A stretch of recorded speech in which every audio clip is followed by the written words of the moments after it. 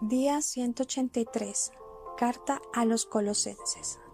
Importancia del libro para los cristianos y estructura. Esta carta es una parte importante de la historia bíblica, tanto por su exaltación de Cristo como por recordarnos que el comportamiento sí cuenta, pero solo por ser un reflejo del propio carácter de Cristo y su redención. Busca un pasaje elocuente sobre la supremacía de Cristo. Note las normas básicas de la vida cristiana y las interacciones familiares. Y tome seriamente las advertencias de Pablo contra la mezcla de elementos de varias religiones. Colosenses incluye los siguientes temas. Primero, una advertencia contra la herejía.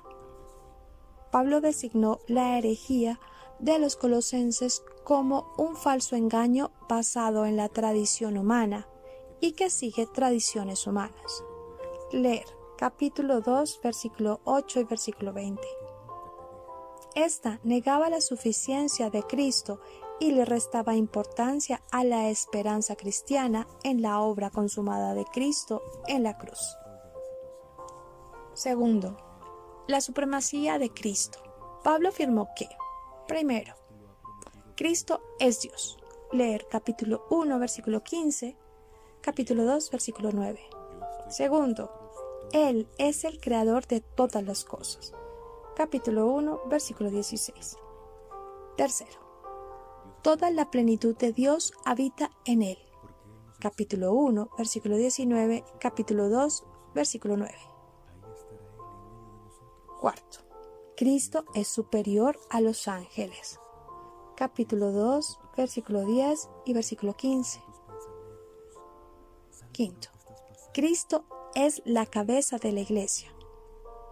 Capítulo 1, versículo 18, a través de quien los creyentes tienen esa plenitud. Capítulo 2, versículo 10. Sexto, en Cristo todos los demandas de la ley mosaica se han cumplido. Capítulo 2, versículo 11, 16 y 17. Séptimo, el ascetismo no tiene valor. Capítulo 2, versículo 23. Mientras que una vida escondida en Cristo, capítulo 3, versículo 3, trae gloria. Capítulo 3, versículo 4. Y por último, Cristo es el misterio de Dios. Capítulo 2, versículo 2. Capítulo 1, versículo 25, 27.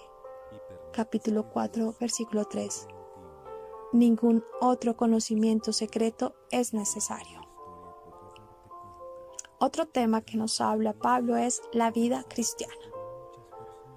Pablo insistió que la unión de los creyentes con Cristo produce una vida santa. El apóstol delineó normas claras. Capítulo 3, versículos 5 al 17, que prescriben las actitudes que deben gobernar las relaciones dentro de la familia y la iglesia. El liderazgo debe ejercerse, pero el abuso del poder es inaceptable.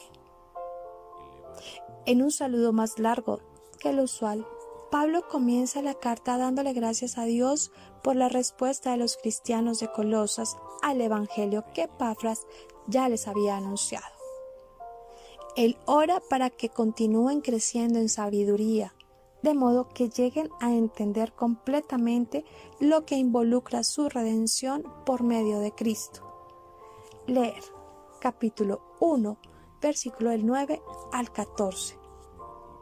Esas oraciones eran apropiadas porque los maestros herejes se ufanaban de tener conocimiento superior. Leer capítulo 2, versículos 3 y 4. En el resto del capítulo 1 y en el capítulo 2, Pablo escribe acerca de la supremacía de Cristo, la posición planeada por Dios para su Hijo, el ministerio de Dios proclamado por Pablo y la salvación de Dios provista por medio de Cristo. Todo esto señala a Jesucristo ocupando el primer lugar en todo. Él es la verdad eterna de Dios, la respuesta a toda forma de error prevaleciente en Colosas. Con esas verdades expuestas claramente, Pablo indica cómo la supremacía de Cristo debe ser aplicada en la vida cristiana diariamente. En los capítulos 3 y 4, hasta el versículo 6 del capítulo 4, tratan estos asuntos prácticos. A las dinámicas de la nueva vida del creyente le siguen los deberes de esa nueva vida en el hogar, en el trabajo, en la oración y entre los no creyentes. Ya en los saludos finales, Pablo menciona varias personas que estuvieron con él en Roma o en Colosas y concluye con su propia firma. Esta primera carta de las 4 que Pablo escribió durante su primer encarcelamiento en Roma sobresale como un testimonio de que el mejor antídoto para la herejía es el punto de vista bíblico de la persona y obra de Cristo. Hoy vamos a leer el capítulo número 3, versículos del 18 al 25.